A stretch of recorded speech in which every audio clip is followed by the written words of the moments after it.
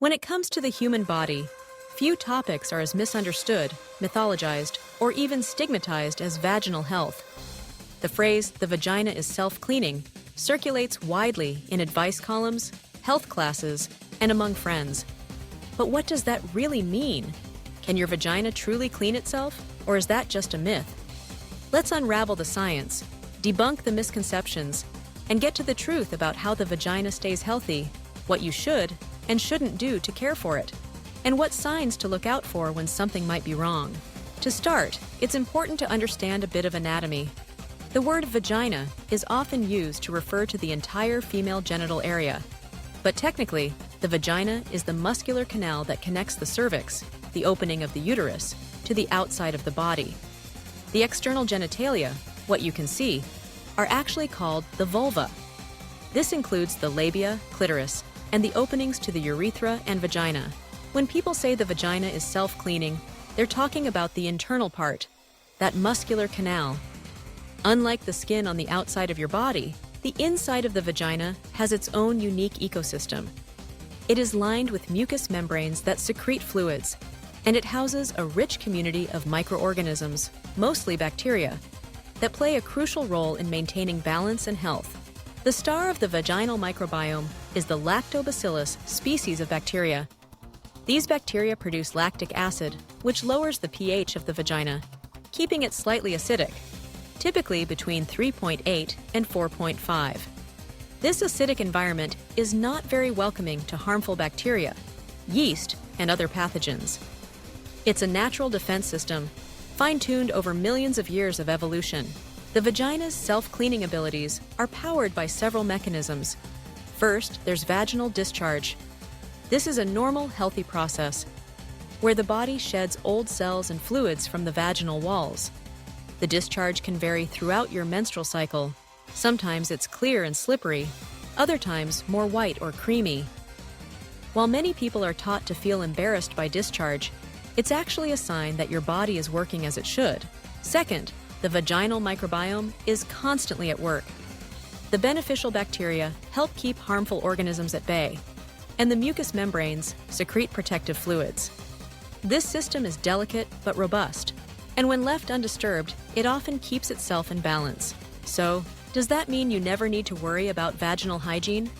Not exactly, but it does mean that many of the products and practices marketed for feminine cleanliness are not only unnecessary, they can actually do more harm than good. One of the biggest myths is that you need to clean the inside of your vagina with soap, sprays, or douching products.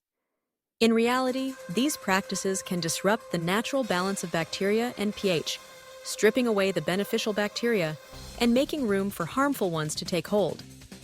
This can lead to infections like bacterial vaginosis or yeast infections, as well as irritation and dryness. Douching, in particular, is discouraged by gynecologists and health experts. It involves flushing water or other solutions into the vagina, often with the idea of cleansing it. But douching can upset the natural flora, push bacteria further up into the reproductive tract, and increase the risk of pelvic inflammatory disease. So, what should you do to keep your vagina healthy? The answer is surprisingly simple: less is more. The vulva, that's the external area, can be gently washed with warm water. If you want, you can use a mild, unscented soap on the outer parts, but there's no need to use soap inside the vaginal canal. In fact, avoid putting anything inside unless medically necessary. Wear breathable, cotton underwear and avoid sitting in wet clothes, like after swimming or working out, for long periods. This helps prevent excess moisture, which can encourage the growth of yeast and bacteria.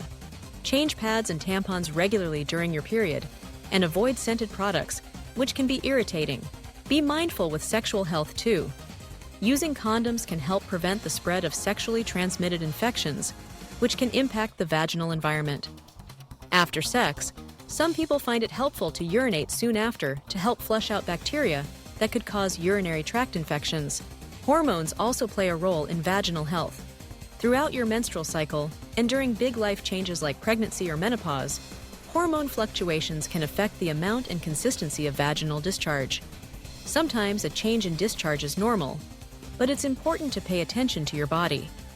If you notice a strong, unpleasant odor, a dramatic change in color, itching, burning, or discomfort, it's a good idea to see a healthcare provider. Another common misconception is that you should use special feminine washes, wipes,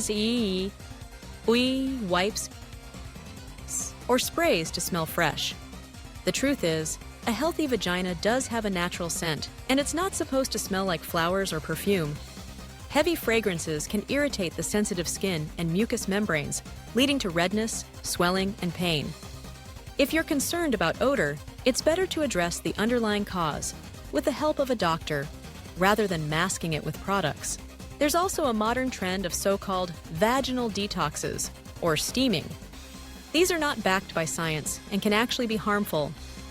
The vagina does not need to be detoxed. The body already has effective ways to remove waste and maintain balance. Exposing the vaginal area to steaming, heat, or herbal concoctions can cause burns, allergic reactions, or infections. One thing to remember is that every person's body is unique. Some people naturally have more discharge, or their balance of bacteria may be different due to genetics, lifestyle, or health conditions. If you're ever unsure about what's normal for you, don't hesitate to consult a medical professional. It's also worth noting that certain medications, like antibiotics, can disrupt the vaginal microbiome by killing not only harmful bacteria, but also the beneficial ones. If you have to take antibiotics, talk to your doctor about ways to support your vaginal health, such as using probiotics. While more research is needed, some studies suggest that oral or vaginal probiotics containing lactobacillus may help restore balance after antibiotics or recurrent infections. Menstrual hygiene products are another area of confusion. Tampons, pads, menstrual cups, and period underwear are all safe when used correctly. However, if you use tampons or menstrual cups, make sure to change them regularly, every 4 to 8 hours, to reduce the risk of toxic shock syndrome, a rare but serious infection. If you're going through menopause, you might notice changes in vaginal health, like dryness or thinning of the vaginal walls. This is due to lower estrogen levels, and it's perfectly normal. If it causes discomfort, your doctor can recommend safe moisturizers or hormone treatments. So, to answer the question, yes, your vagina really is self-cleaning. Its unique structure, secretions, and microbiome work together to keep it healthy. The best way to support this process is to avoid unnecessary products, treat it gently, and pay attention to your body's signals. In most cases, water and common sense are all you need. Empowering yourself with accurate information is the key to good health. Don't let marketing or myths convince you that you need to do more than nature intended.